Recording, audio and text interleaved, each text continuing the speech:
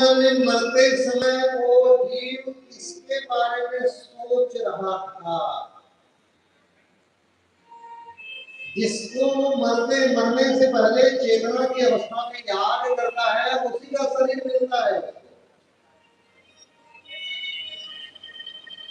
भरत जी महाराज किसका ध्यान कर रहे थे? मृगा का। अब ये सोचोगे कि मेरे माइंड की बात को यमराज को कैसे पता चलेगा? मैं क्या सोच रहा हूँ, मन की बात वो कैसे जानेंगे?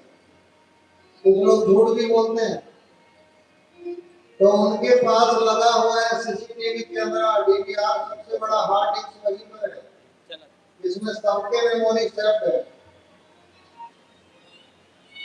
और आप ये सोच रहे होंगे कि हम जो देख रहे हैं वो सब रिकॉर्ड हो रहा है। बोले हाँ, उनका जो कैमरा है वो यहाँ आपके पलकों में लगा हुआ है। यहाँ बैठे हैं मिनी महाराज, हमारे पलकों में कौन बैठे हैं? मिनी महाराज। और मिनी महाराज है सीता जी के नाना जी।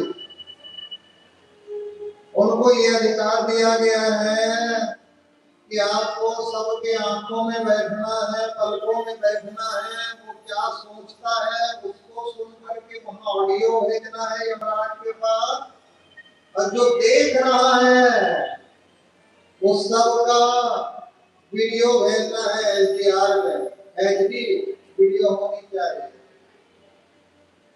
अब समझ लो, इसीलिए हमारे पलकों को बोला जाता है निमेश।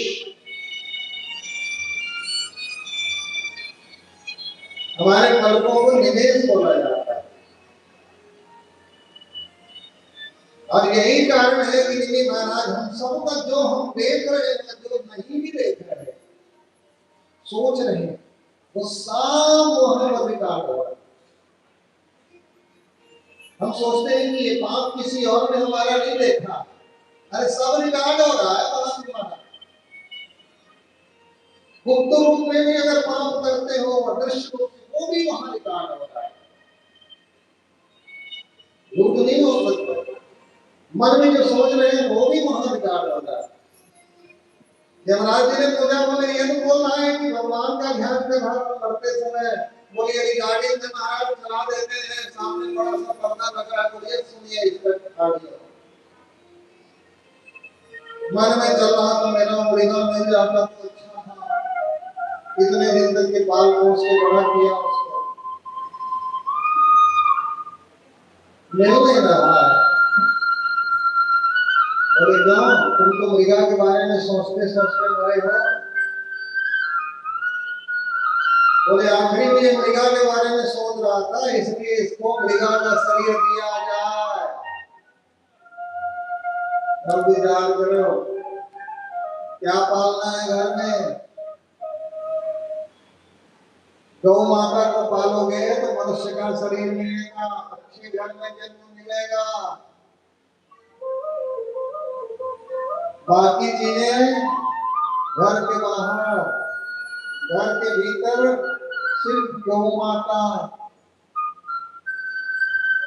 अब मान लो जो आजकल घर के भीतर पालते हैं, दिन भर जो गंदा करते रहता है तुम्हारा घर, आखिरी समय में गौ माता को याद करेंगे तो मनुष्य का शरीर मिलता है। अब कहीं एम्स में भर्ती हो, कहीं बड़े हॉस्पिटल में भर्ती हो, वहां सबके सब सेवा में गए हैं, और आखिरी में चिंता हो गई किसकी? जो घर में छोटा है, जिसको तुम पाल के रखते हो, और उसी समय प्राण निकल गए उस बेचारे मरीज का, तो किसका जन्म मिलेगा? जिसको पाल के गया है। तो क्या पालना है घर में? गौ माता का।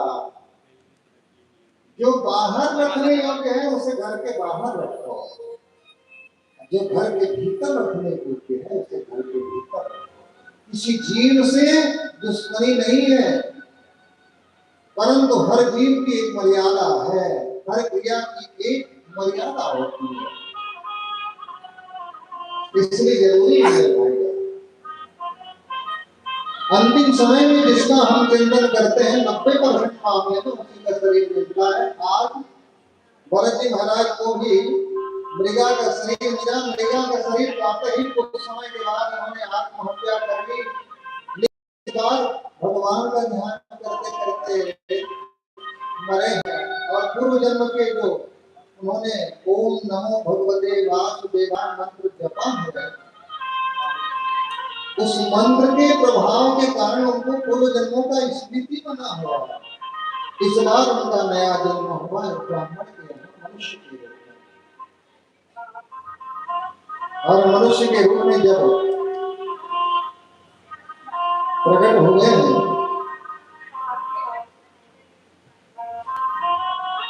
तो उन्होंने विचार किया अगर ज्यादा चालाक बना, चतुर बना तो समस्याएं होंगी, लोग मुझे अपने माया में फंसा लेंगे। तो भरत जी महाराज बिल्कुल अनपढ़ बन गए।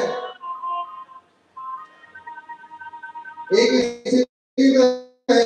आई कि भरत जी महाराज को रघुगण राजा ने सामान्य मनुष्य समझ करके अपनी पालकी में जोड़ लिया, पालकी उठाया, और जब पालकी उठाए चले जा रहे हैं तो रघुगण राजा को बड़ा गुस्सा आ रहा था क्योंकि इन्हें पालकी उठाना नहीं आ रहा। जैसे ही कोई जीव सामने आता रघुगण राजा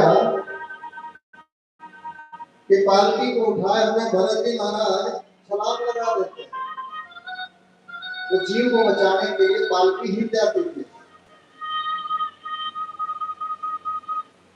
रघुगण पालकी के ऊपर से ही बोलने लगे, ये कौन है जो हमारे इस प्रकार से पालकी को हिला रहा है? अगर मैं नीचे उतरा तो इस पागल को समझा दूंगा, इस मूर्ख को समझा दूंगा। जड़वत्स्व संस्था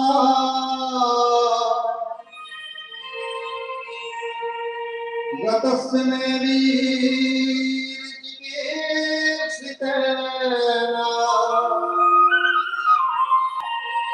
अर्थक्रियान् भवता शिक्षितेन तन्मन्त्रस्य च तिष्ठति सः।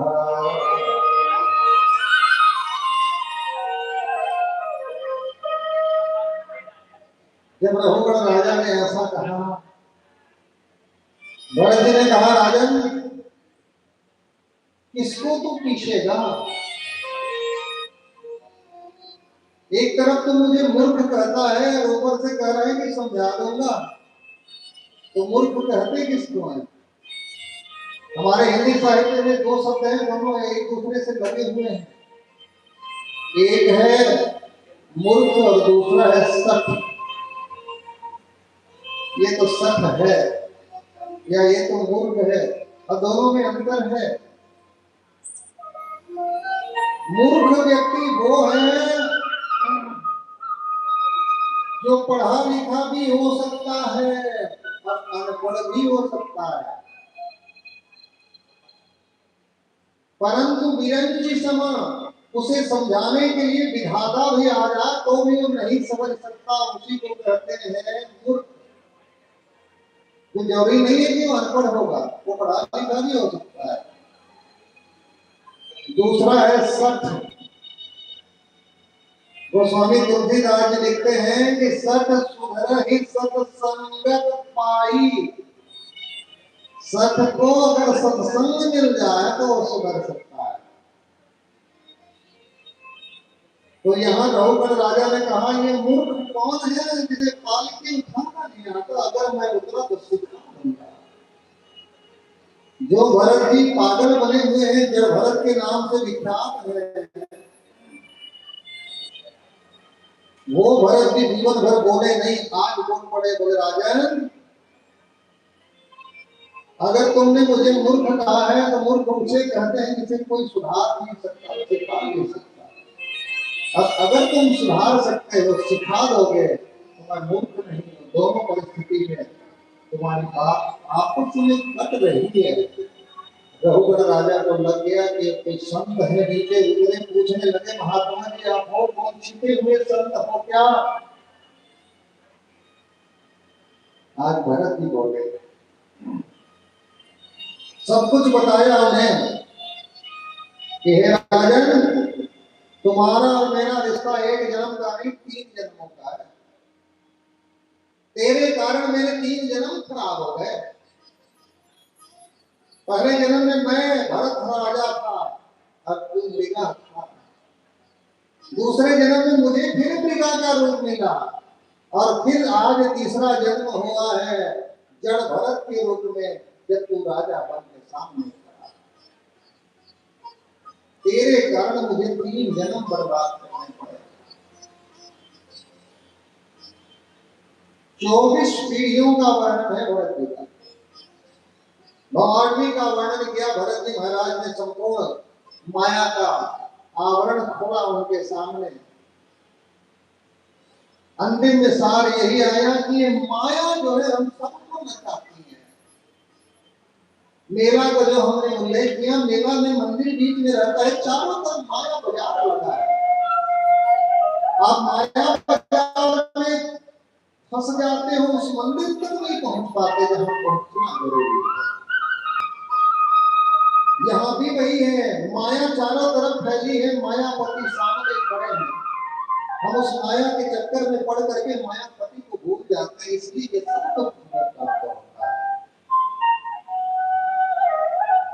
तदुपरांत 6वें स्कंद में जब जाते हैं तो अजामिल नाम के एक ब्राह्मण की कथा आती है, जहां बताया गया है कि अजामिल जो है एक ब्राह्मण का पुत्र है, परंतु एक स्त्री के प्रेम में ऐसा पड़ता है कि सब कुछ दांव में लगा देता है उस नारी के लिए, और यही उसे दिक्कत होती है। क्या समस्या यही उत्पन्न होती है उसके।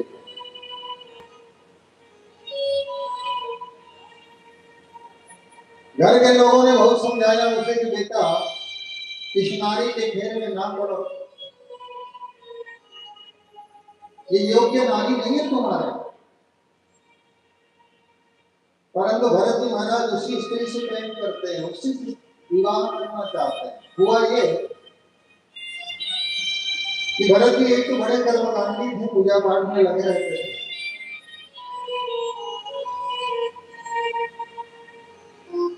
एक दिन फूल तोड़ने के लिए बन जा रहे हैं।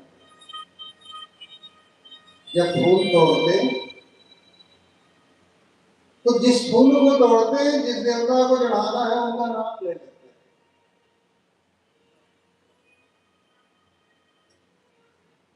भगवान का नाम लेते, चिंतन करते। कभी कभी ऐसा होता है फूल तोड़ोगे तो फूल एक ही रहेगा पेड़ में, और उसके नीचे गिर जाता है, हाथ में नहीं आ पाता, बड़ा दुख होता है। एक ही था मुझे चढ़ाना था भगवान ने। तो जब फूल को तोड़ने के लिए आप आगे बढ़ो, उस समय विचार करो कि मैं अमुक देवता को अमुक भगवान को ये फूल चढ़ा रहा हूं। ऐसा विचार करके यदि आप फूल तोड़ते हो, अगर गिर भी गया तो भी समस्या नहीं होती, वो भगवान को चढ़े के समान आपको पुण्य मिल जाता है। भरत जी भी ऐसे करते हैं। और वही जब फूल तोड़ने गए हैं तो उस नारी से भेंट हुआ भरत जी।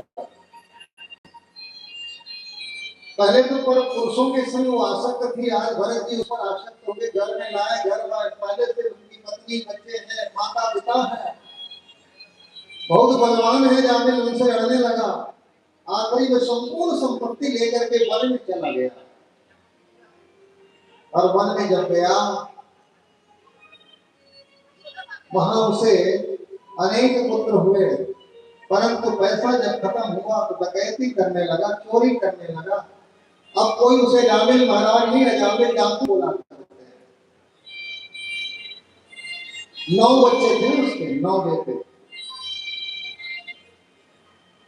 अंतिम में कुछ साधु उसके घर में आए वहां से निकल रहे तो बड़ा सा महल देखा, बोले चलो प्रवेश करके देखते हैं, आज रात यही बिता लेते हैं। अजामिल से पूछा, बोले भैया यहाँ रुक जाए? बोले हाँ रुक जाओ, लेकिन धर्म पत्नी जो उसकी है, धर्म पत्नी मत बोलो, पत्नी जो उसकी है, सिर्फ पत्नी, उसको पसंद नहीं आया साधुओं का घर में। लेकिन अब अजामिल ने कह दिया तो ठीक है, रात भर रुके, सुबह जाने को हुआ तो संतों ने कहा बेटा बिरादरी कर दो, कुछ दक्षिणा वगैरह कर दो। मैं नहीं दूंगा, एक तो घर में रोका, खाना दिया और दक्षिणा में। बोले जब तक विदाई नहीं करोगे तो फिर पुण्य कैसे मिलेगा, देना पड़ेगा। बोले मैं नहीं दूंगा। अरे सुन तो ले, क्या मांग रहे हैं तुझसे? बोले बताओ, लेकिन देना ही देना मेरे मर्जी पर है। बोले ठीक है। कहा कि तुम्हारे 9 बेटे हैं, उनकी तो बात छोड़ो, अभी 10वीं बार तुम्हारी धर्मपत्नी एक पुत्र को जन्म देने वाली है। जो जन्म होगा बच्चे का, उसका नाम रख देना नारायण। क्या नाम? नारायण। अजामिल ने कहा इतना सस्ता दक्षिणा? बोले चलो नाम रख देते हैं। सच में पुत्र हुआ, नामकरण हो गया नारायण।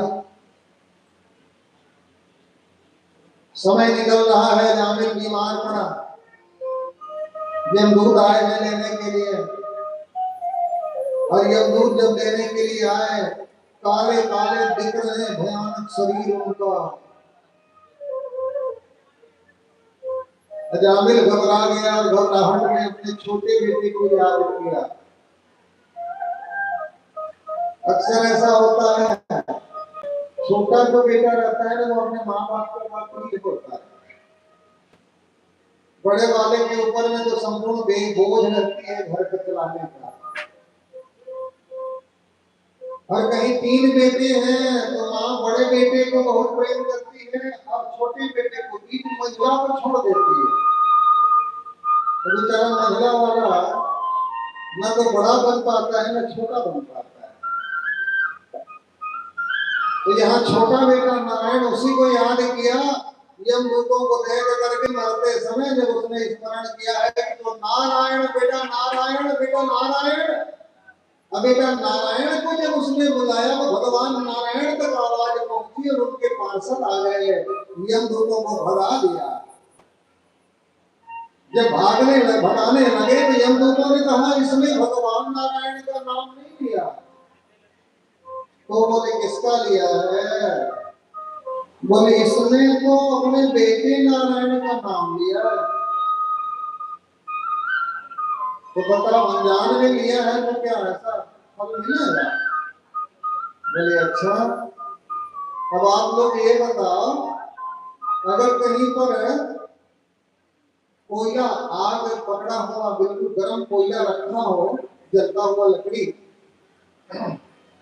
तो उसको जान के छूओगे तो हाथ जलेगा कि नहीं? बोलो ना। और अनजान में छू डालोगे तो जलेगा कि नहीं?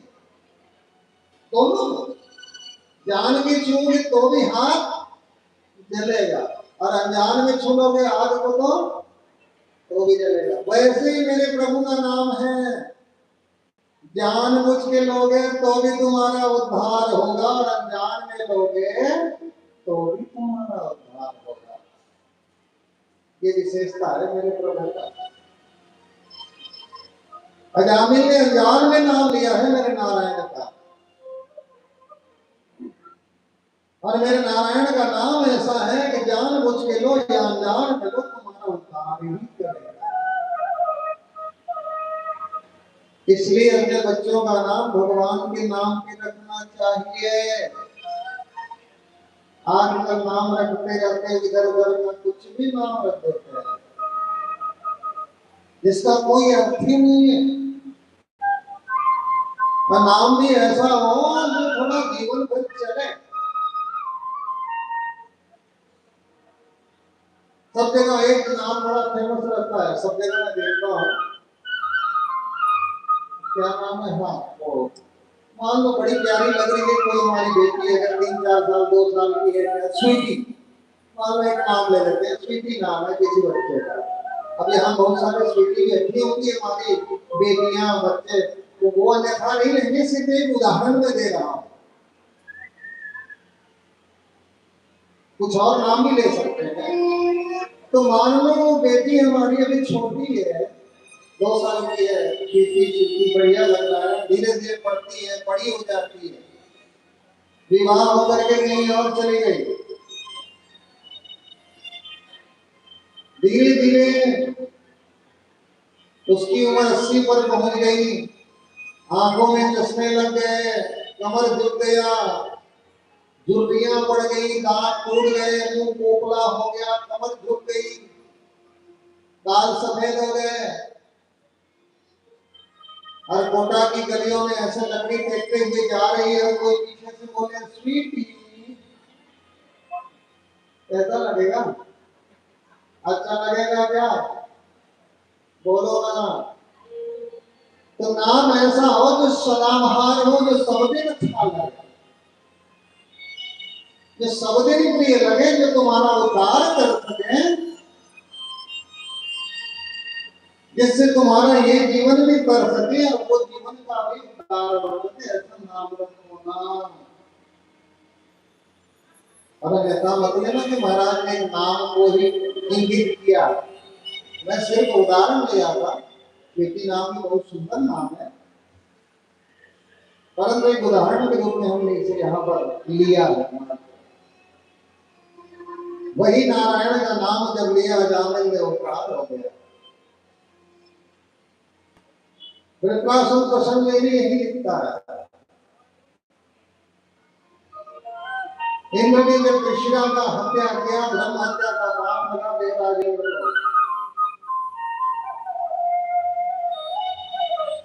जिन्हें बदला लेने के लिए कष्टा नाम के सूर्य ने अग्नि से पुत्र प्राप्त किया, जिसका नाम रखा वृत्रासुर। सभी देवता जिससे हार गए थे, वृत्रासुर को मारने के लिए इंद्र के पास नहीं हथियार लेकर विचार कर रहा है इंद्र, किससे मारूं इसे, कौन सा अस्त्र है मेरे पास। भगवान के पास गए देवराजेंद्र, बोले महाराज कैसे? बोले दधीचि ऋषि के पास जाओ और उसके पास जा करके उनके हड्डी को मानना। देवराजेंद्र दधीचि के पास आया, अस्थि का दान मांगा। कैसे कैसे दानी हुए हैं मेरे भारत में, विचार करना। कोई हड्डी का दान कर सकता है क्या? अगर कोई महाराज मांगते तो अपना नाखून बस देते, बेटा एक नाखून निकाल के दे दे, तो वो भी कोई ना दे। और यहाँ एक 31 साल का, सिर्फ 31 ईयर ओल्ड, 31 साल का यंग था, 31 वर्ष के उस साधु से मांग रहे हैं, ये समाज, ये सरकार, कि तुम अपने हड्डियों का दान कर दो। दधीचि ऋषि ने कहा मैं दान तो कर दूं, लेकिन एक शर्त है, मेरे नाक में मैं अपने प्राणों को बचा करके रखूंगा, उस नाक को सोने की डिबिया में भर करके भगवान के शरण में रख देना, उसका उपयोग मत करना। और मेरे शरीर से, गायों से मेरे शरीर को चढ़वाना, मेरी अस्थियां अलग हो जाएंगी। मुझे पता है दधीचि की हड्डी क्यों मजबूत था। कुछ ऋषि ऐसे हुए हैं हमारे ग्रंथों में जिनका नाम खाने पीने को पड़ा है। दधीचि, जो सिर्फ दधी घी खा करके जीवन दिया हो, उसका नाम दधीचि। दुर्वासा ऋषि का नाम सुने, जो दूबी के रस को पी करके जीवन दिया हो, उसका नाम दुर्वासा। अपर्णा, जो केवल पत्ती खा करके जीवन जी हो उसका नाम अपर्णा। ऐसे नाम है। और ऋषि ऋषि जो दूध दही खा करके ही जीवन जिए, उनका शरीर का हड्डी जो है वज्र के समान। और बात भी सही है, जब किसी की मृत्यु होती है उसे चिता में जलाया जाता है, तीसरे दिन हड्डी जब चुनते हैं, कहीं कहीं चौथे दिन भी चुना जाता है, तो तीसरे दिन जब जल करके हड्डी कुरकुरा हो गया है, उसे उठाने के लिए पकड़ोगे तो टूटने लगता है, पाउडर बन जाता है। छोटा मोटा टुकड़ा जो आया रहता है घर में लेकर के आते हैं, उसमें दूध सींचा जाता है। और दूध जब सींचते हैं उस हड्डी में, और जहां पर वो दूध पड़ता है हड्डी में, वो पत्थर के समान खींचते मजबूत बन जाता है, वो टूटता नहीं है जहां पर दूध पड़ जाता है। तो जो दूध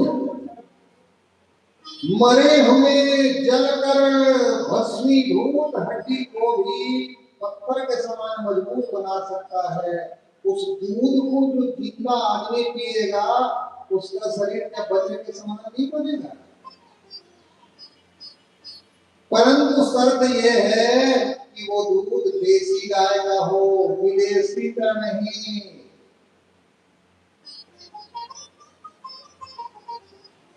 अगर देसी गाय का दूध है तो कोई साइड इफेक्ट नहीं होगा मेरे भाई बहन।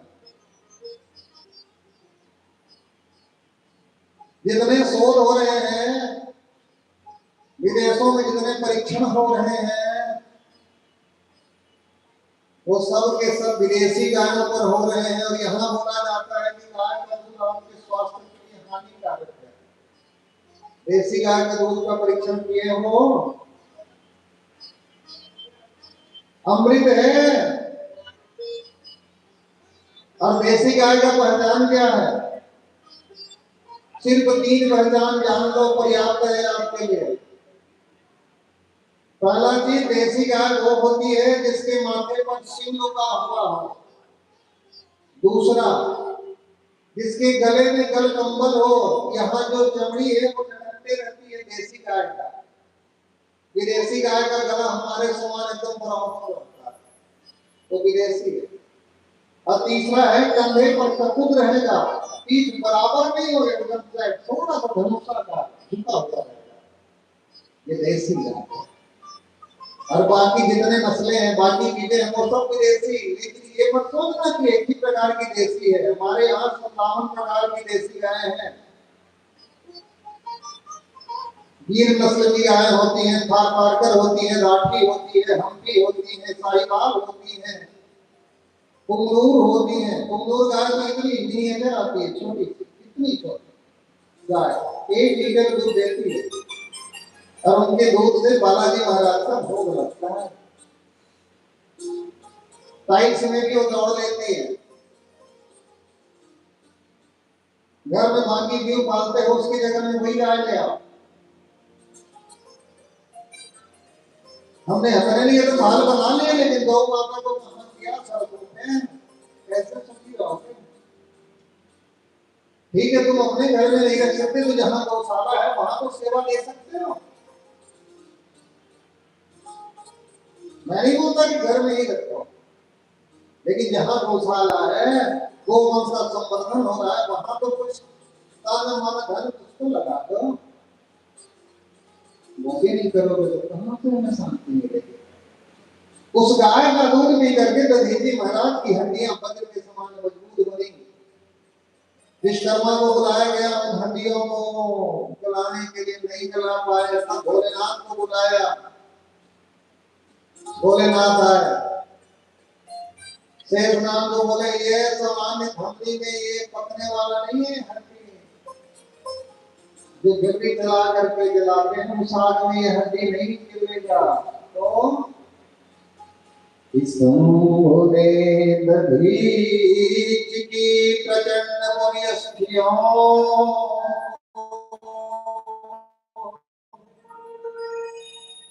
शेष के है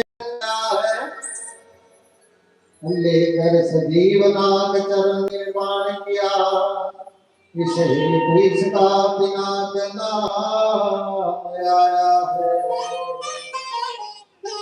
जब उस धनुष को बनाने लगे हड्डी से, शेष नाग भी फुफकारने लगे हैं।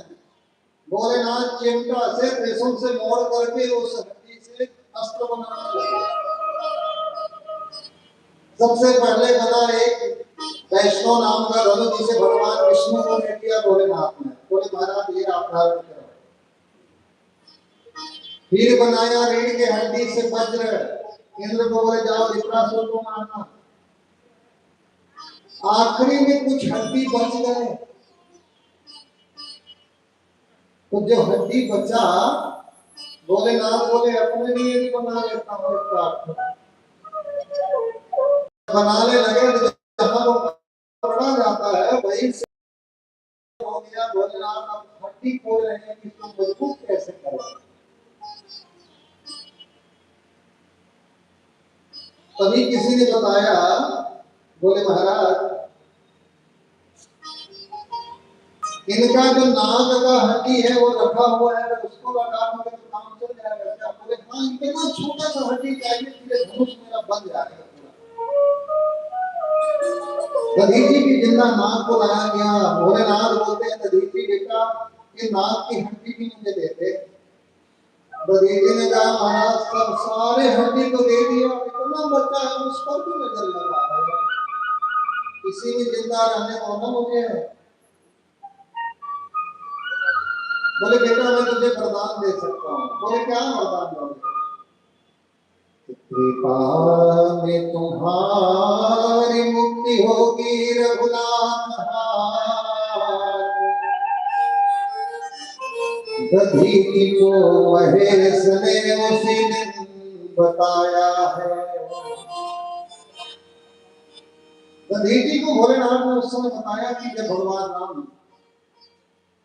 धनुष भंजन करने आएंगे उस समय इसी धनुष को राजा जनक के दरबार में रखा जाएगा। इसी धनुष में तुम्हें मैं चिपका देता हूँ और राम के हाथों तुम्हारी मुक्ति होगी। शंभु ने दधीची प्रचंड पविस्त्रियों को शेष के विशेष सरसावस में तपाया है।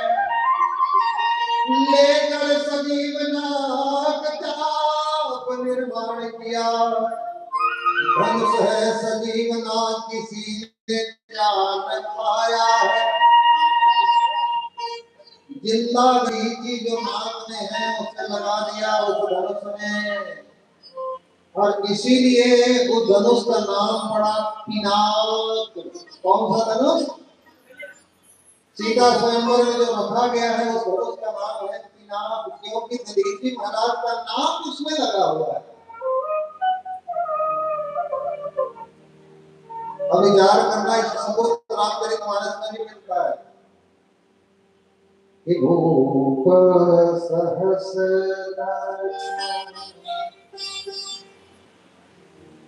आज्ञा क्या हुआ है कि कोई एक तोड़ेगा धनुष को, उनके संग सीता जी का विवाह होगा।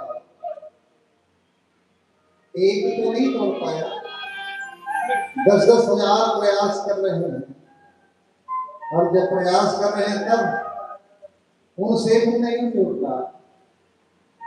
जनक जी महाराज उदास हो गए, घोषणा कर दी है वीर वही मैं जानी। अब मुझे पता चल गया है कि धरती पर कोई वीर नहीं रहा, लक्ष्मण जी का क्रोधित होना, खड़े हो जाना। अरे जनक जी हमारे जहां में रघुवंशी बैठे हो वहां पर तुम कहते हो कि वीर नहीं है, खबरदार। राम जी की तरफ देखे, जाओ तुम्हारे अनुशासन पाओ, तंबू की ब्रह्मांड उठाओ। एक बार बड़े भैया बोलते थे तुम धनुष की बात करते हो, धनुष के संग में जनकपुर के संग में धरती उठा करके गेंद के लोटा। एक बार बड़े भैया बोल, लक्ष्मण जी को क्रोधित होते देखे तो विश्वामित्र जी महाराज घबरा गए। क्यों पता है?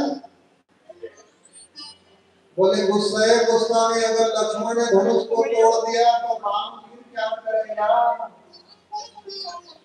अरे सुपर स्टार किसको बनाने लाया हो? गड़बड़ हो जाएगा अगर लक्ष्मण की गुस्सा में तोड़ दिए तो उन्होंने कहा भजहु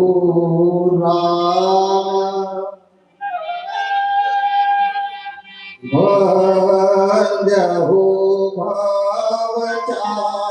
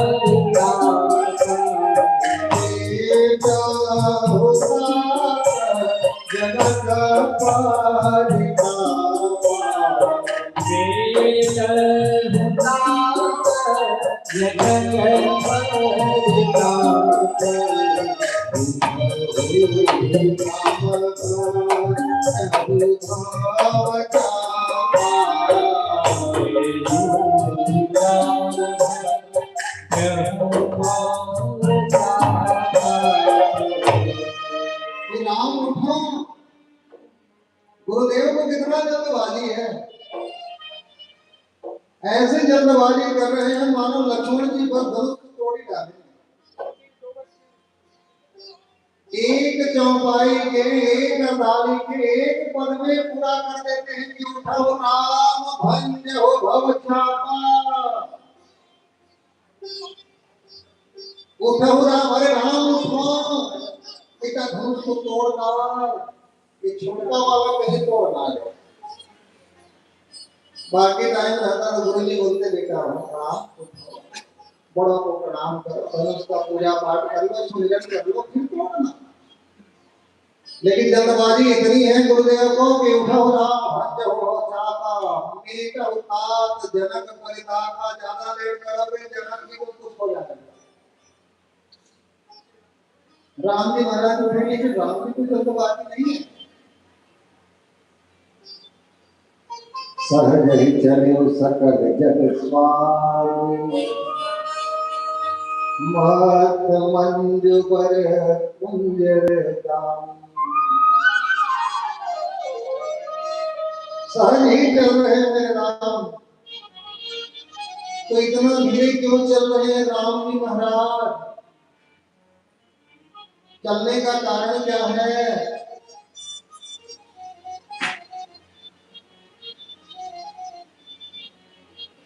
इसलिए चल रहे हैं राम जी महाराज धीरे धीरे। पिनाक से पिनाक है, पिनाक से तोड़ना, इसे तो राम ने विषाद से उठाया। त्रेता में मुक्ति होगी रघुनाथ, शंभु ने दधीचि को उसी दिन बताया है।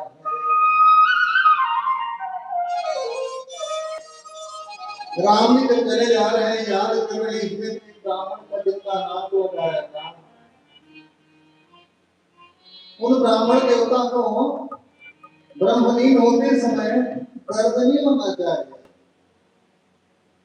इतना जल्दबाजी में मुझे तोड़ना है धनुष को कि दधीचि महात्मा को किंचित मात्र आभास ना हो। राम जी पहुंचे धनुष के पास। अब विचार करना, भूप सहस्र से एक ही बारा, एक बार में 10,000 राजा या एक बार 10,000 राजा धनुष को उठाने गए थे। तो जिस प्रतियोगिता में, जिस मैच में 10,000 तो खिलाड़ी हैं, कम से कम 10,000, तो 10,000 जिस मैच में खिलाड़ी रहेंगे उसमें श्रोताओं की संख्या, दर्शकों की संख्या कितनी रही होगी? 11 खिलाड़ी रहते हैं, 57,000 का भीड़ हो जाता है, लाख में पहुंच जाते हैं, 5 लाख की है। और जहां 11,000 अगर खिलाड़ी रहे वहां कितने दर्शक होंगे? अब बताओ, राम जी ने धनुष तोड़ा कि नहीं तोड़ा? बोलो ना, किसने तोड़ा धनुष? किसने? वहां पे थे क्या? गोस्वामी तुलसीदास जी ने नहीं लिखा है ऐसा। गोस्वामी तुलसीदास जी ने लिखा है, लेते चढ़ावत खैचत काहे, काहू न लखा देख सब आहे। लेत चढ़ावत खैचत काहे, ना तो किसी ने उसे भगवान राम को धनुष को हाथ में लेते देखा, न उसमें रस्सी चढ़ाते देखा, न खींचते देखा, तो आप कैसे बोलिए कि राम जी ने तोड़ा? जहां पर लाखों आदमी खड़े हैं उन्होंने तो नहीं देखा, लेकिन हम लोग बोल देते हैं कि राम जी ने तोड़ा। जबकि गोस्वामी जी यहाँ पर इंगित करते हैं कि लेत चढ़ावत खैचत काहे, काहू न लखा देख सब खड़े, सब खड़े हैं, लेकिन किसी ने देखा नहीं कि राम जी ने कब उठाया, कब रस्सी चढ़ाया, कब तोड़ा। और यहाँ बैठे बैठे हम लोग बोल देते हैं राम जी ने धनुष तोड़ा। ये होता। अब यहाँ भी एक समझा हो जाता है कि बाबा तुलसी ने लेट क्यों लिखा? उठावत लिखना था। अगर धनुष रखा हुआ है तो पकड़ करके उठावत, चढ़ावत, खैचत ऐसा शब्द आना था।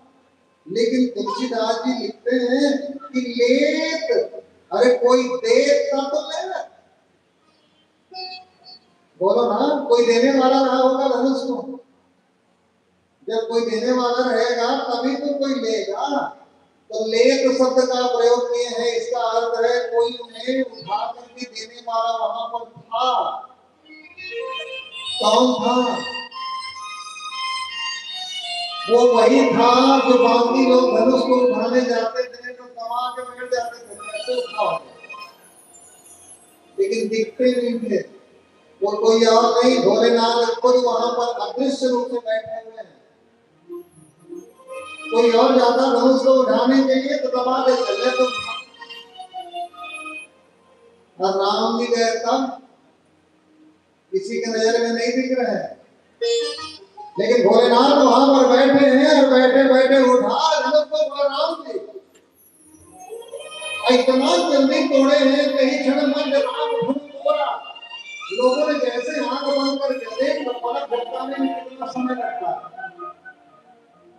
लोगों को पलक झपकाने में जितना समय लगता है उतने ही समय में राम जी ने धनुष को उठाया, रस्सी चढ़ाया, खींचा, कहीं क्षण मध्य राम धनुष तोड़ा। राम जी ने धनुष को तोड़ दिया। दधीचि महाराज को पता नहीं चला कि मैं हो गया मेरे जीवन का, न दर्द हुआ न हास्य, स्वधाम गमन कर गए, स्वधाम मेरे गोविंद के धाम को चल गए। ये है मेरे हरि की कृपा, मेरे हरि की लीला।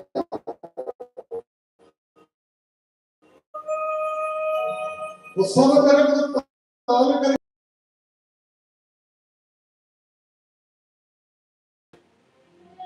देखो, दधीचि के हाथों से बना हुआ, दधीचि के हड्डी से बना हुआ, भोलेनाथ के हाथों से बनाया हुआ, इंद्र के हाथ में है। वृत्रासुर के ऊपर जब चलाता है उस वज्र को, उस वज्र को देख करके अपने तरफ जब आ रहा है वो हथियार, वृत्रासुर ऐसा भक्त है असुर है, परंतु जब वज्र को देखता है तो उस वज्र में देख लेता है कि मेरे नारायण बैठे हुए हैं, प्रणाम करने लगा। यहं हरे तव पाद कमला। हे हरि,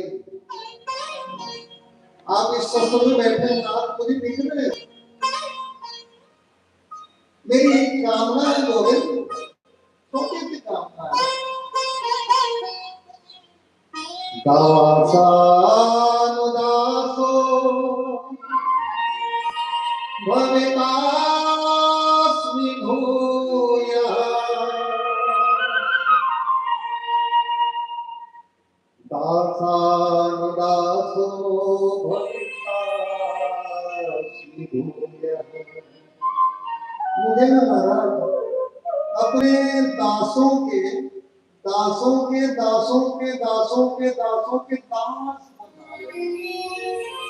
क्योंकि मेरे लिए वो सामर्थ्य नहीं है नारायण कि मैं आपका दास बन सकूं। ये मेरे हस्ती नहीं है, आपका दास बनने का हस्ती नहीं है। मुझे अपने दासों के दासों के दासों के दास बनाना। दासानुदासो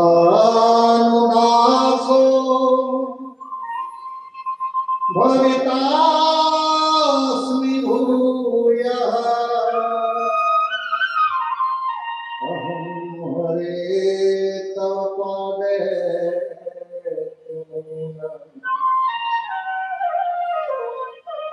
ये भक्ति है तो वज्र आ रहा है, वो गोली चल गई है बंदूक से, गोली आ रही है, गोली में अगर कोई नारायण को देखे कितनी बड़ी भक्ति है। जानता है अभी क्षण पर में ये मेरे अंदर घुस जाएगा, मेरी मृत्यु निश्चित है। उस मारने वाले के शस्त्र में भी जिसे मेरे भगवान दिख रहे हो, बोले ऐसा भक्त कहाँ मिलेगा। देवता ऋषि गण भी आज प्रशंसा कर रहे हैं उस असुर का कि वाह धृतराष्ट्र, मरते समय उस हथियार को देख करके जो आ रहा है मारने के लिए भी तुझे भगवान दिख रहा है, डर नहीं लग रहा। दासानुदासो भवितास्मि भूयः। मैं तुमका दास। और यह जो वृत्रासुर है पूर्व जन्म में राजा के रूप में विद्यमान था, जिसे अंगिरा मुनि और नारद जी ने तो सुख देने का प्रयास किया, परंतु शिव पार्वती के अपमान के कारण इन्हें ये स्वरूप प्राप्त हुआ। हमारे पूर्व जन्मों के कुछ कर्म होते हैं जो हमें इस जन्म में भी मिलते हैं। हर बात यहाँ इसी जन्म का नहीं होता, पूर्व जन्म के भी होते हैं। दधीची जी के बेटे का दधीची जी का जब मृत्यु हुआ तो उनका बेटा या दधीची ने जब शरीर का त्याग किया, हड्डियों का दान किया, उस समय दधीची की अवस्था 31 साल थी। उनका बेटा इतना छोटा था। उनकी धर्म पत्नी अपने पति के मांस पिंड को चिता में जलाया गया और उन्हीं के सती हो गई, दधीची महाराज की धर्म पत्नी। तो अपने बेटे को उन्होंने पीपल के खोडर जो बोलते हैं कोहरा, उस पीपल के उस खोडर में रख करके चिता में कूद गए। वो बच्चा पीपल के उस गड्ढे में पड़े पड़े 5 वर्ष के लगभग का हो गया। वहां उनकी नारद जी से भेंट हुई थी, जिनका नाम था पिपलाद मुनि। और उन्होंने पूछा कि मेरा गति क्या है। बोले गलती कुछ नहीं है। तो बोले मेरे इतने छोटे बाल्यकाल में ही पिताजी शरीर का त्याग करके चले गए। उनके जाने के कारण मेरी माता जी ने भी सतीत्व प्राप्त करने के लिए प्राण त्याग दिए। मुझे अकेला छोड़ दिया गया। पीपल के कोटर में रह करके मैंने अपना बाल्यकाल निकाला। तो मेरा क्या अपराध था? बोले कुछ खास नहीं। तुम्हारे ऊपर शनि के महादशा का 5 साल बचा हुआ। कितने वर्ष? 5 वर्ष। इसलिए तुमको उस 5 साल में दुख झेलना पड़ा। तब उन्होंने कहा कि आज से शनि महादशा किसी भी बच्चे को नहीं लगेगा। 5 वर्ष तक, 5 साल तक शनि के लिए उसके उपाय करने की आवश्यकता नहीं है।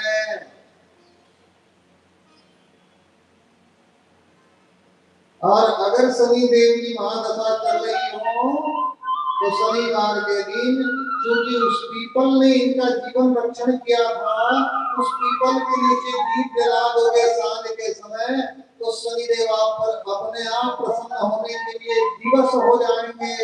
उनका अशुभ प्रभाव निष्क्रिय हो जाएगा। बोल वृंदावन बिहारी लाल की।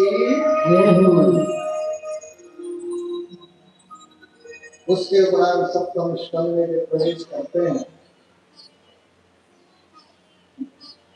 तो यहाँ प्रहलाद जी का चरित्र सामने आता है। प्रहलाद चरित्र की पावन कथाएं यहाँ दिखती हैं। परीक्षित का प्रश्न है सुखदेव जी से, समप्रिय सुहृद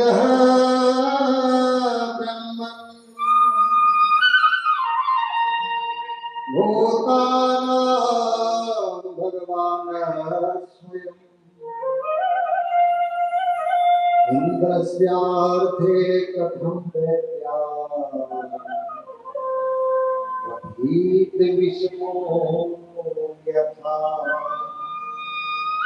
महाराज आप कहते हो कि भगवान के लिए सभी बराबर हैं। तो यहाँ मैंने देखा कि इंद्र को भगवान ने बचाया और वित्रासुर को मारा। ऐसा क्यों? तो भगवान के लिए सब बराबर कहाँ हुए? भगवान ने राक्षसों को मारा है और देवताओं को बचाया है। बोले हाँ। तो क्यों मरा? फिर इसको भेद नहीं हो गया? दोनों में बराबर नहीं है। सुखदेव जी ने पूछा परीक्षित से, बोले बेटा एक बात बता, तुम्हें अपने बेटे से ज्यादा प्रेम है कि पिताजी से? बोले दोनों बराबर है महाराज, बेटा से भी उतना ही प्रेम है जितना पिताजी से प्रेम है। बोले दोनों बराबर है? बोले हाँ। तो बेटे का प्रणाम करता है कि बेटे से प्रणाम करवाता है? लगे हमारा बेटा मेरा प्रणाम करता है और पिताजी का? बोले मैं प्रणाम करता हूँ। तो बोले अभी अभी तो तुमने कहा ना दोनों बरोबर है, तो या तो दोनों का तुम प्रणाम करो या तो उसे प्रणाम करो। बोले महाराज कैसी बात करते हो, व्यवहार में ऐसा थोड़ी होता है। भाई पिताजी बड़े हैं तो मैं प्रणाम करता हूँ और बेटा छोटा है तो मेरा प्रणाम करता है। बस वही व्यवहार भगवान भी निभाते हैं। असुरों का तामसी शरीर है, इसलिए उनका शरीर छुटना उनके लिए उद्धार कारक है। इसलिए उनका उद्धार करने के लिए मुझे शत्रु उठाने पड़ते हैं और देवताओं को बचाना पड़ता है। आज यहाँ एक असुरराज है हिरण्यकशिपु, जिनकी पत्नी का नाम कयाधु। कयाधु के 3 बच्चे हैं।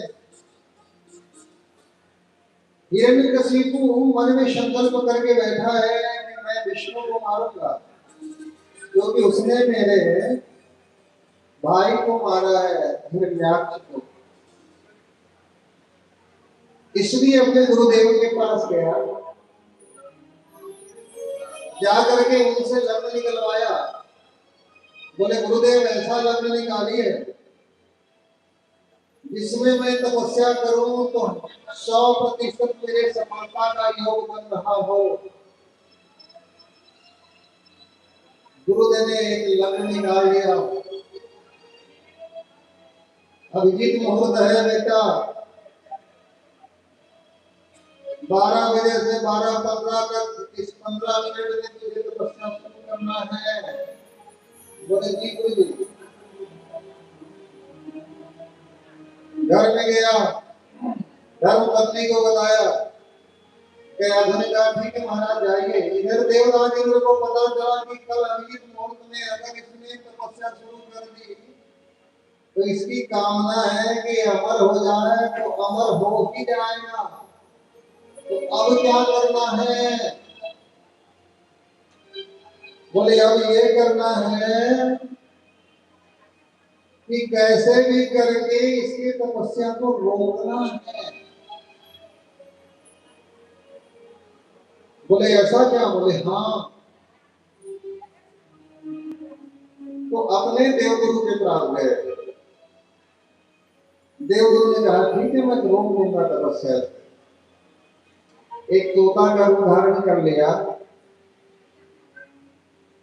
जब हिरण्यकशिपु तपस्या करने के लिए पीपल के नीचे बैठा, उसी समय देवराज इंद्र के कहने पर देवगुरु बृहस्पति तोता के रूप में वहां प्रकट हुए, नारायण नारायण करने लगे। अब शुभारंभ में ही शत्रु का नाम कोई जपने लगे तो कैसे ध्यान लगे।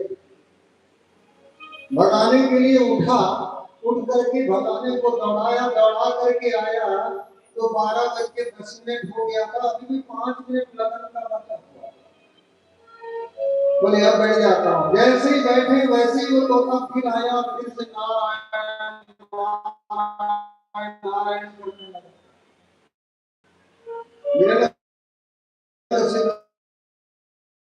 बोला इस बार यार वापस आते हैं तो वो अभिजीत मुहूर्त जो 15 मिनट का बचा था, अब लगन निकल गया है पास से। अब क्या करें? बोले आप चल देता हूँ, कल 12:15 बजे आने शुरू कर देंगे। कल भी तो लगन रहेगा ना। हम लोग भी करते हैं ना शादी ब्याह में, महाराज बड़े गणित लगा करके, बड़े बुजुर्ग जो है बहुत मेहनत करके बेचारे पंडित जी से लगन निकलवाते हैं। कै बजे महाराज पानी ग्रहण का लगन है। पंडित जी भी 1.5-2 घंटा गणित गुड़ा भाग करके लगन निकाले। कै बजे है? 10 बजे। और बारात निकली है तो नाचने में ही 12 बज जाता है। यही करते हैं ना। बाद में समस्या शुरू हो जाती है। जब लग्न ही सही नहीं होगा, जब मुहूर्त ही सही नहीं है, तो आगे क्या होगा विचार कर लेना। दूसरे दिन का याद हो, जब वापस पति देव को देखती है, बोले महाराज अभी तो गए हो सुबह सुबह तपस्या करने, शाम तक कैसे आ गए इतना जल्दी? बोले हाँ तो क्या हुआ है, थोड़ी सी समस्या आ गई थी। बोले समस्या क्या? बोले समस्या ये आ गई थी कि क्या बाद में बताऊंगा तुम्हें। रात में भोजन निकालते हुए कयादु जब बैठा लेती है हिरण्यकशिपु को, तो पहले तो ज्यादा हिम्मत नहीं हो रहा था गिर करके पूछने का, क्योंकि गुस्सा वाला है। अब बढ़िया बढ़िया सब्जी परोसने के बाद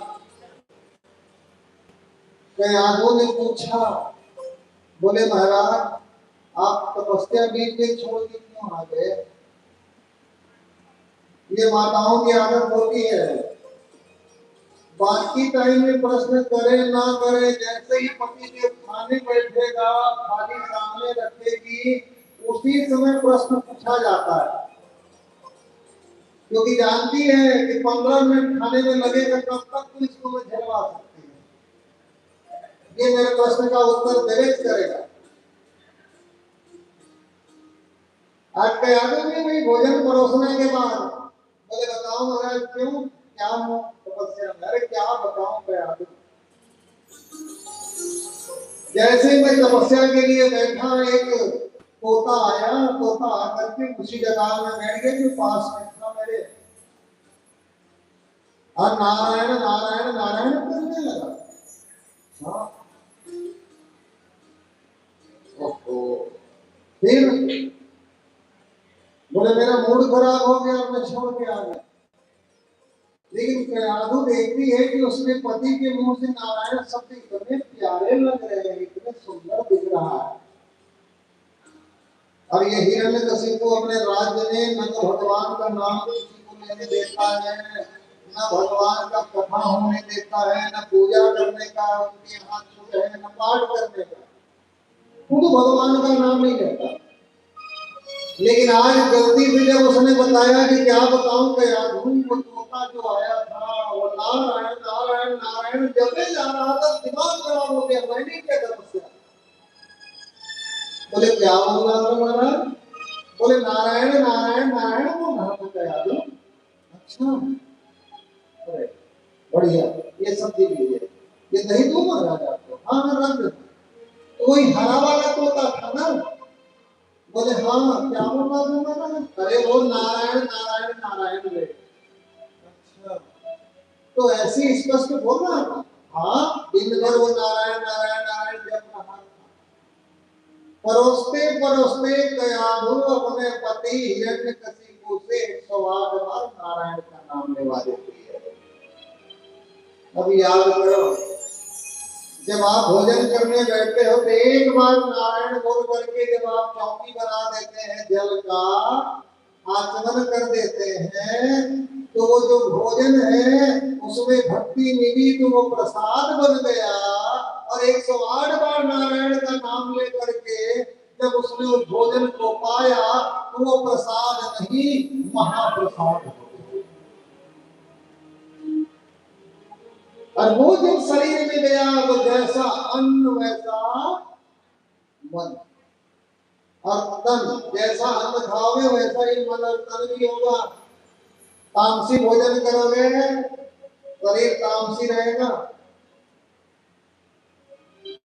इसलिए सात्विक भोजन करो। हमेशा विचार करो कि सात्विक हो, और ये प्लास्टिक आदि में खाना बंद कर दो, बड़ी दिक्कत करती है। जहां तक प्रयास करो कि कांसे की थाली हो, वो भी उपलब्ध ना हो तो स्टील लोहे का चल जाएगा, ये प्लास्टिक नहीं चलेगा।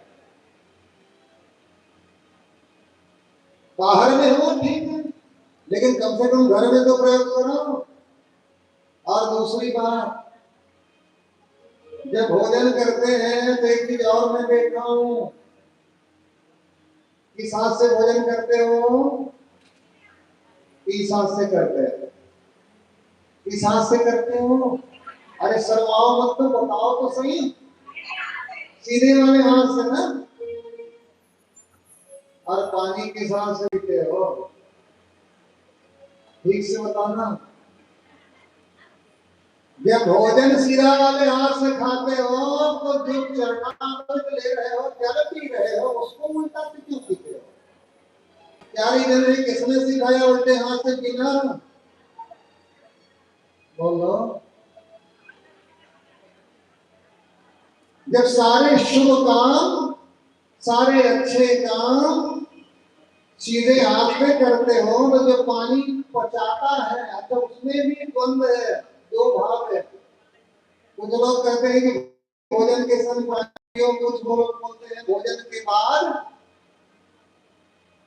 विधा में पड़ जाते हैं। हमारे श्रोतागण, संस्कृत में एक श्लोक आती है कि जीर्णे भेषजम वाणी जीर्णे वाणी भर्मणम भोजने चामृतम वाणी भोजनांते विश्वदम। अगर भोजन नहीं पचा है तो पानी पी लीजिए, आपका वो भोजन 1.5 घंटे में पच जाएगा। नहीं पचा है तब अजीर्ण भेषजम वारी, अजीर्ण में पानी पिएंगे तो औषधि बन जाता है। जीर्णे वारी बलप्रदम, भोजन को पचने में लगता है सामान्य। यदि आपने भोजन किया है, दूध आदि खाया है तो 1.5 घंटा लगता है। सामान्य भोजन किया है तो 1 घंटा लगता है, और फल खाया है तो वो 45 मिनट में डाइजेस्ट हो जाता है। कुल मिलाकर कहना यह है कि भोजन के 1 घंटे के बाद पानी पी लीजिए। जीर्णे वारी बलप्रदम, अगर भोजन पच गया है 1 घंटा हो गया तो कितना पानी पियोगे बढ़िया, कोई दिक्कत नहीं। लेकिन कुछ लोग बोलते हैं कि भोजन के आखिरी में पीना चाहिए, तो लिखा है कि भोजनांते विषप्रदम, जो भोजन खत्म हो गया और हाथ धोने के टाइम में 3 गिलास धकेले जा रहा है तो वो उस भोजन को जहर के समान कर देता है। जो अग्नि यहाँ पर जल रही है भोजन को पचाने के लिए, उसमें तो आपने पानी डाल दिया, खत्म, सड़ना शुरू हो जाएगा वो भोजन। इसलिए भोजन खत्म होने के बाद बिल्कुल ज्यादा पानी नहीं पीना, इतना पी सकते हो जिससे जीभ घुल जाए, मुंह में जूठा ना रहे, इतना पानी पी सकते हो। मतलब गिलास में आधा गिलास से कम पी सकते हो, आधा गिलास से ऊपर नहीं पी सकते। तो क्या भोजन के संग में पानी पीना चाहिए? हाँ। भोजने चामृतम वारी, खाना खाते खाते समय बीच बीच में घूट घूट, छोटे छोटे घूट में पानी पीते रहो, इस पर मनाही नहीं है। भोजन खत्म होने के बाद आखिरी में हाथ धोते समय नहीं पीना है मुश्त पानी। भोजने चामृतम वारी, लिखा है श्लोक में कि भोजन के संग पानी पीना अमृत के समान होता है। इसलिए जीभ को धोने के लिए बीच बीच में पानी पीते रहिए। माने अगर भोजन कर रहे हैं तो 1 से 1.5 गिलास पानी आप पी सकते हैं बीच में, उससे ज्यादा नहीं लेना है, उसका पर्याप्त है। तो इस बात का ध्यान देना है कि सांस से पानी पीना है। अच्छा, कुछ लोगों से पूछता हूँ कि आप लोग सीधा हाथ से पानी क्यों नहीं पीते? तो बोलते हैं मेरा सीधा हाथ में क्या है, हम लोग इंडिया में तो दाल चावल सब हाथ से ही खाते हैं, उसी मजा आता है। चम्मच में तो मजा नहीं आता, आनंद नहीं आता, खाने जैसा पेट नहीं भरता जब तक उंगलियां चाट करके ना खाई जाए। तो दाल चावल सब लगे रहते हैं हाथ में, तो गिलास जो है पकड़ेंगे तो उसमें दाल चावल लग जाएगा ना, जूठा निकलेगा। तो बोले अच्छा, अगर तुम लेफ्ट हैंड से पानी पियोगे तो क्या कोई और दूसरा उस गिलास से पानी पी लेगा? बोले नहीं। तो जब वो जूठा हो ही गया है तो लेफ्ट हैंड से क्यों पियोगे, राइट से ही पियो ना। इसलिए हमेशा राइट हैंड से जो भी खाना है पीना है, भगवान को समर्पित करना है, दान करना है, सब किया करो। हमेशा इस बात का ध्यान रखना है। बोलिए राधे राधे, जोर से बोलो। हिरण्यकशिपु को देवी प्रयाग ने 108 बार नारायण नारायण कहवाया, और उसके बाद जब उसने भोजन को पाया तो वो भोजन महाप्रसाद बन गया। और महाप्रसाद जब खाया शरीर में सकारात्मक ऊर्जा हुई, और उसी रात्रि प्रयागों के गर्भ में दिव्य जीव ने प्रवेश किया। हिरण्यकशिपु सुबह उठा, तपस्या के लिए चला गया, तपस्या करने लगा, और इधर प्रयागों के गर्भ में भक्तराज प्रहलाद का प्रादुर्भाव हो चुका है। जब इंद्र को पता चला कि दिव्य बालक मेरे शत्रु के धर्म पत्नी के कोख में पल रहा है, मारने में इंद्र वज्र लेकर के आए, रात में आक्रमण हुआ, अनेकों असुरों को मारा गया। जब प्रयाग के गर्भ पर वज्र का प्रहार होने वाला है, नारद जी पहुंच गए। खबरदार देवराज, ऐसा न्याय मत करना, नहीं तो समूल नाश हो जाएगा तेरा। ये सामान्य बालक नहीं, ये भक्तराज है, भक्त शिरोमणि है। प्रयागु को लेकर के नारद जी महाराज एक आश्रम में छोड़ा। इधर उनके पिता को वरदान मिल गया कि जा तू दिन में नहीं मरेगा, रात में नहीं मरेगा, बाहर नहीं, भीतर नहीं, अस्त्र से नहीं, शस्त्र से नहीं। अनेक प्रकार के उसने अपने बचने के उपाय खोजे। अमर तो नहीं हुआ, लेकिन अमर जैसा हो गया।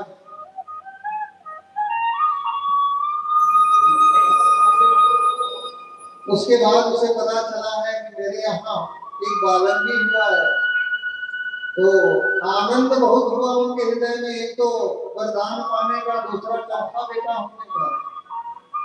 तो आनंद को संस्कृत में कहते हैं आह्लाद। और विशेष जहां पर शब्द हो, जैसे वहां पर प्र लग जाता है तो वो बन गया प्रहलाद। बोलो भक्त प्रहलाद की,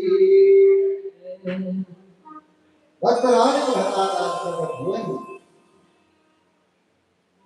अपने बेटे को बड़े प्रेम से उन्होंने लालन पालन किया। भक्तराज प्रहलाद के लिए ताली बजाए। ये वाले प्रहलाद जी जो सो रहे हैं क्या?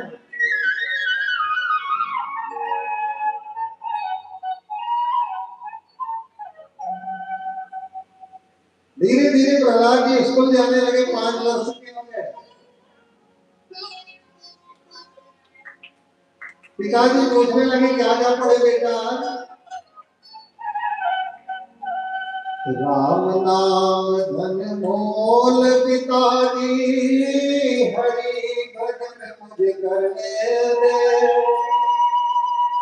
हमार हृदय मिली दिन नौका भागर से करने दे। पिताजी ने कहा तू मानेगा नहीं, भगवान का नाम लेना बंद कर। बोले नहीं। पहाड़ से गिराया बच गए, सर्प से डसवाया बच गए, हाथी से कुचलाया बच गए, होलिका से जलवाने का प्रयास किया बच गए। प्रहलाद स्कूल पहुंच गए पढ़ने के लिए। बच्चों ने पूछा प्रहलाद तू 5 साल का है, तेरे घर में कभी कथा होता नहीं, भजन करते नहीं, भगवान का नाम नहीं लिया जाता, तूने कहां से सुना ये सब? वो तो 5 साल का है, कहां मिला ये कथा, ये भजन? तो प्रहलाद ने बताया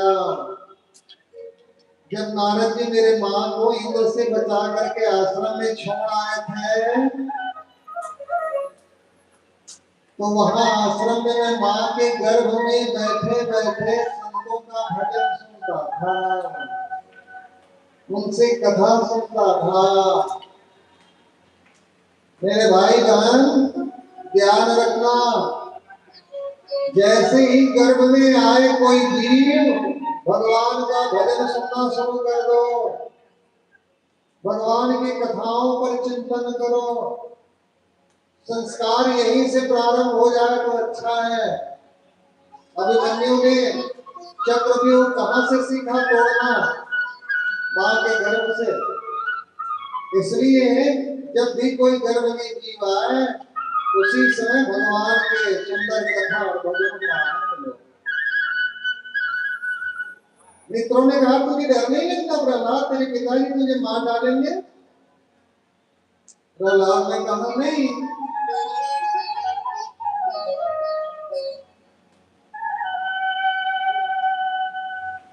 मारने वाला है भगवान, बचाने वाला है भगवान। पालन बाका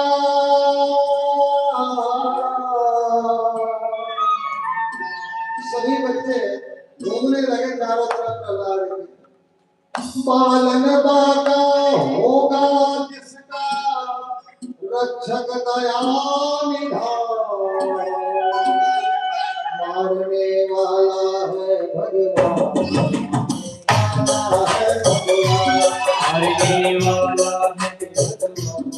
वाला है भगवान, मारने वाला है भगवान, वाला है भगवान, मारने वाला है भगवान, वाला है बाल जमाना,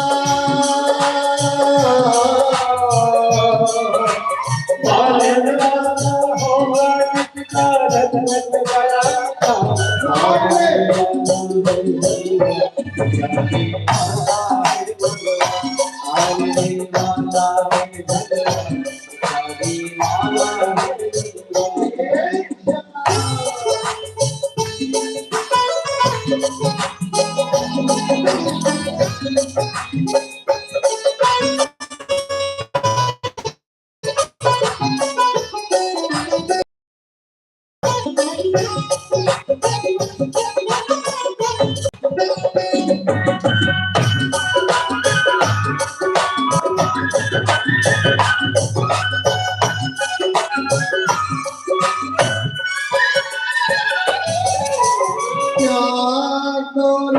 भाई भटिया स्वार्थ बिना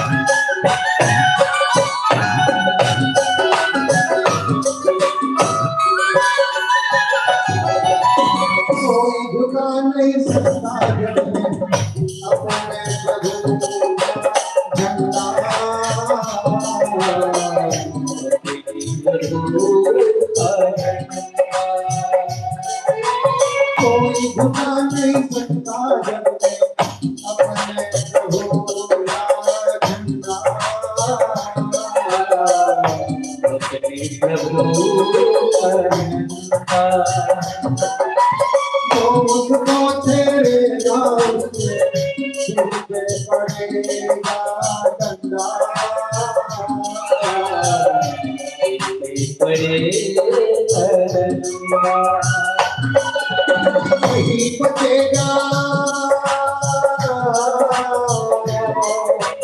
वही बचेगा माया से जो करे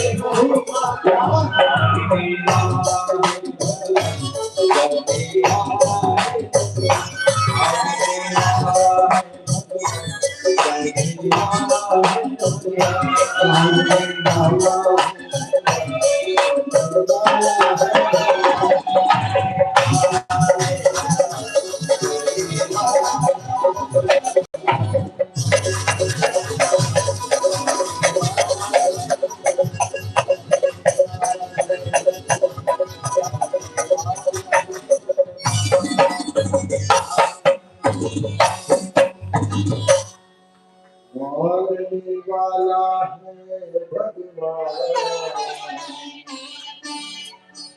बचाने वाला है भगवान।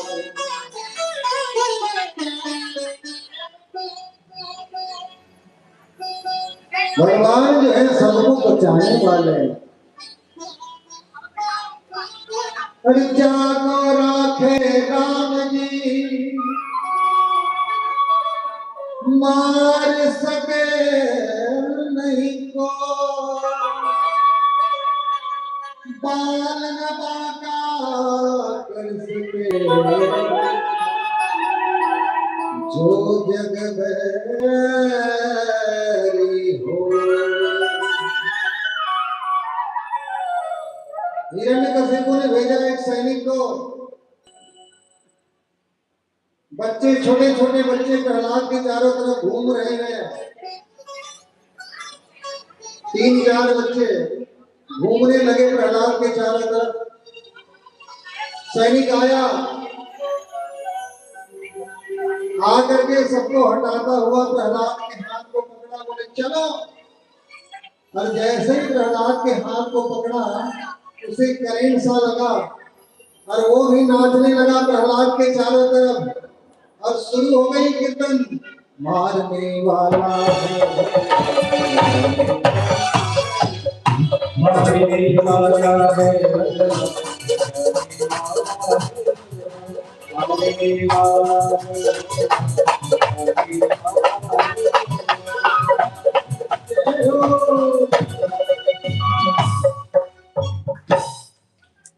सबके सब विचार करने लगे, अरे ये कौन आ गया है, तो सिपाही है। फिर सेनापति को भेजे, सेनापति आया, आकर के देखते हैं सबके सब नाच रहे। सेनापति जैसे ही अंदर जाता है सबको हटाया, प्रहलाद के हाथ को पकड़ा, जैसे ही पकड़ा उसे भी झटका लगा भक्ति का, वो भी नाचने लगा। मारने वाला है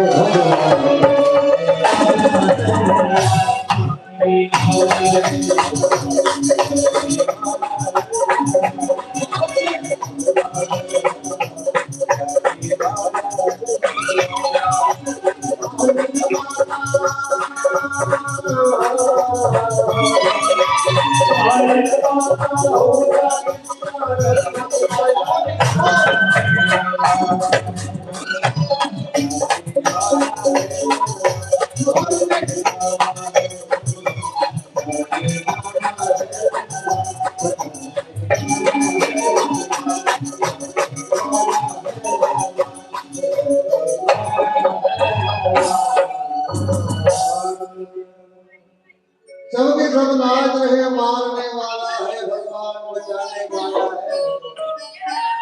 हिरण्यकशिपु ने देखा सबके सब कहाँ गए। प्रहलाद को बुलाने भेजा हूँ, सिपाही वो भी अटक गया, सेनापति भी अटक गया, मुझे भी जाना पड़ेगा। हिरण्यकशिपु स्वयं आया, हंसता हुआ चला आ रहा है। हट जाओ सामने से, हिरण्यकशिपु तुम्हारा राजा आ रहा है। हिरण्यकशिपु जैसे ही आया सबको हटाया और अचानक सामने प्रहलाद को देख करके तू यहाँ है, आपको पकड़ा। और जैसे ही पकड़ा हिरण्यकशिपु का गाना भजन कीर्तन भक्ति वहीं पर रुक जाता है और प्रहलाद को पकड़ करके महल की ओर ले जाने लगा। चल घर की ओर। सभी मित्र भाग गए उनके आसपास से डर के मारे, बोले ये तो राजा साहब आ गए।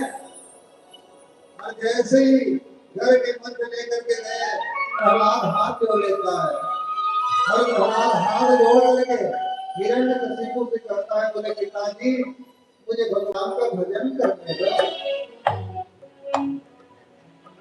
कहरी भक्त प्रहलाद पिताजी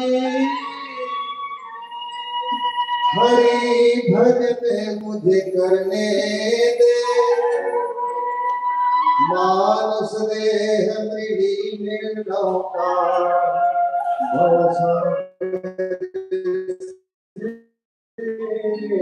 दे।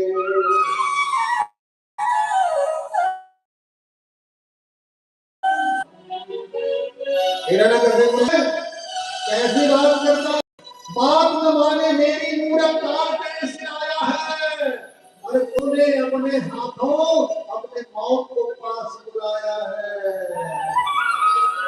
मरने के लिए तैयार हो जा, तुझे डर नहीं लग रहा मरने से? प्रहलाद ने कहा, बोले पिताजी कैसा डर, मारने वाला है भगवान, वही तो मारने वाला भी है और बचाने वाला भी है। तो बुला अपने भगवान को, बचा ले तुझे। कहाँ है तेरा भगवान? उन्होंने कहा कहाँ नहीं है ये बताओ। हरे विष्णु हरे विष्णु, विष्णु पर्वत मस्तके, जल में भी विष्णु है, थल में भी, पर्वत पहाड़ सब जगह है वो। हिरण्यकशिपु ने कहा अच्छा इस खंभे में है क्या? बोले हाँ है। बोले बुला, अब मैं तुझे मारने वाला हूँ, बुला उसको। प्रहलाद उस खंभे के पास गए और जाकर के प्रार्थना करते हैं, नारायण अब देर मत करना। हिरण्यकशिपु अचानक गदा उठाया, उठा करके प्रहलाद के सिर पर मारने वाला है। उठा करके रखा है, भगवान से हो गए भगवान की वो युद्ध खत्म हो जाता है। जय हो भगवान नरसिंह। आज आक्रमण करते हैं, चारों ओर सबसे देखने लायक दृश्य है। हिरण्यकशिपु और नरसिंह भगवान के मध्य। जय हो नरसिंह महाराज की जय हो। अचानक नरसिंह भगवान घूमे और घूम करके हिरण्यकशिपु पर प्रहार किया, और जैसे ही प्रहार किया उनके हाथों से गदा छूट गई। हिरण्यकशिपु के पकड़ लिया, पकड़ करके ले गए और ले करके बीच में बैठ गए। हिरण्यकशिपु को अपने गोद में बैठा लिया और मारने को तैयार हुए। हिरण्यकशिपु ने कहा आप नहीं मार सकते। क्यों नहीं मार सकता? बोले मेरे पास वरदान है। कौन सा वरदान? बोले ना तो घर के भीतर मार सकते हो ना बाहर। तो बोले तू दरवाजे में है, आधा शरीर अंदर आधा बाहर। बोले हाँ बात तो सही है।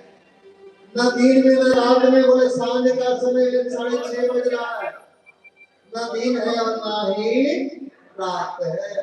बोले अस्त्र से नहीं मार सकते, शस्त्र से नहीं मार सकते। तो नाखून उठा, नाखून से फाड़ने लगे। बोले बता ये अस्त्र है कि शस्त्र है? बोले महाराज ना तो ये अस्त्र है ना शस्त्र है।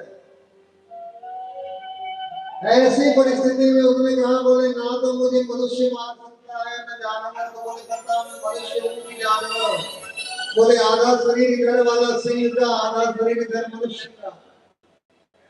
आखिर में सारे वरदान भी उसके निष्क्रिय हो गए। भगवान ने एक बार दहाड़ लगाई, नरसिंह महाराज की आवाज सुन करके तीनों लोगों में हाहाकार मचा हुआ।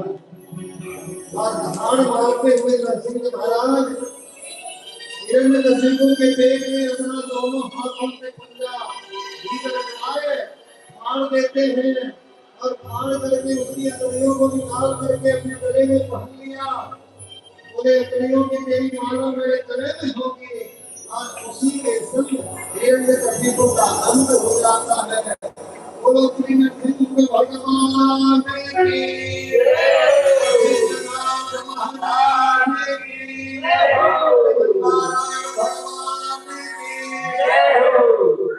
और फिर प्रहलाद आदि सभी जितने भक्त हैं देखते हैं देवता पास नहीं जा पा रहे हैं। देवता जब पास नहीं जा पा रहे हैं तो सभी ने कहा प्रहलाद को ही भेजा जाए, वही शांत करेंगे भगवान को। जैसे ही प्रहलाद को देखा, भगवान ने हिरण्यकशिपु को अपने शरीर से बाहर फेंका, दूर फेंका अपने गोद से, और अपने गोद में प्रहलाद को बैठा लिया। प्रहलाद को बैठाने के बाद कोई भी जीव जंतु पशु अपने बच्चे को कैसे प्रेम करते हैं? चाट करके, है ना? तो भगवान प्रहलाद के गालों को चाटने लगे, मुंह को, और प्रेम करने लगे। एक जैसे गौ माता अपने बच्चे को प्रेम करती है, ऐसा ही प्रेम फूलों की वर्षा होने लगी। प्रहलाद प्रार्थना करने लगे भगवान को। सुंदर श्लोक में उन्होंने प्रार्थना किया है, दया सुरनाम सिद्ध सिद्धा सत्वैकतान वदेयो वजसा प्रवाहे नाराधितुं पुरगणैरघुना हिंतोष्मर्हति समे हरिगो जाते।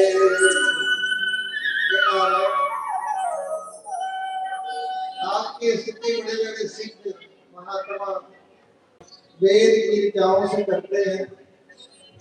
मेरे पास तो कोई ज्ञान भी नहीं, छोटा बालक हूँ, मैं क्या प्रार्थना करना।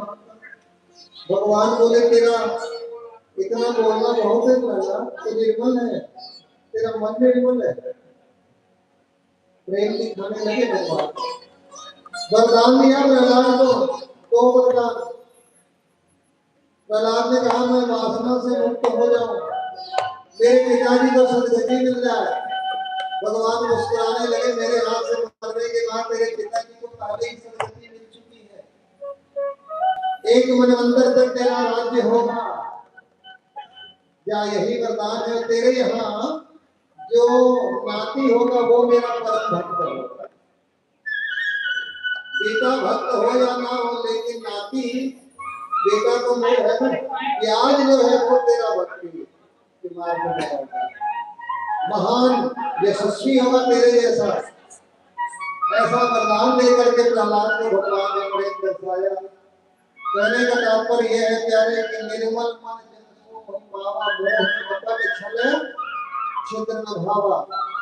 निर्मल मन से भगवान का ध्यान करें तो भगवान निश्चित कृपा करते हैं। उनके नामों का निरंतर ध्यान करें। आज आप सबने देखा नाम महिमा में कि किस प्रकार से नामों का स्मरण मात्र से ही अनेक भक्तों का उद्धार हुआ है। आज की कथानक यहीं पर विश्रांति है। कल की कथाओं में अष्टम स्कंद से लेकर के दशम स्कंद भगवान कृष्ण के जन्मोत्सव तक की कथा होगी। ऐसी राधा रानी से हमारी